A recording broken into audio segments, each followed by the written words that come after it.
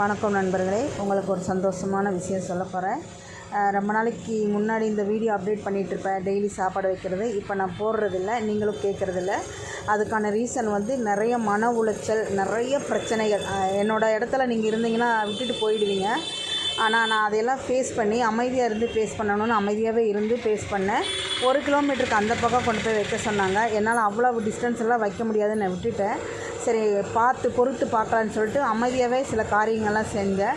நானாக ஒரு இடத்த செலக்ட் பண்ணிவிட்டு சரி அமைதியாக இருந்து என்ன பண்ணலான்னு. ஆனால் நான் போகிறப்ப வரப்போ அது பார்க்குறப்ப எனக்கு ரொம்ப வேதனைகள் அதிகமாகிடுச்சு. நாளுக்கு நாள் மன உளைச்சல் அதிகமாக இருந்தது.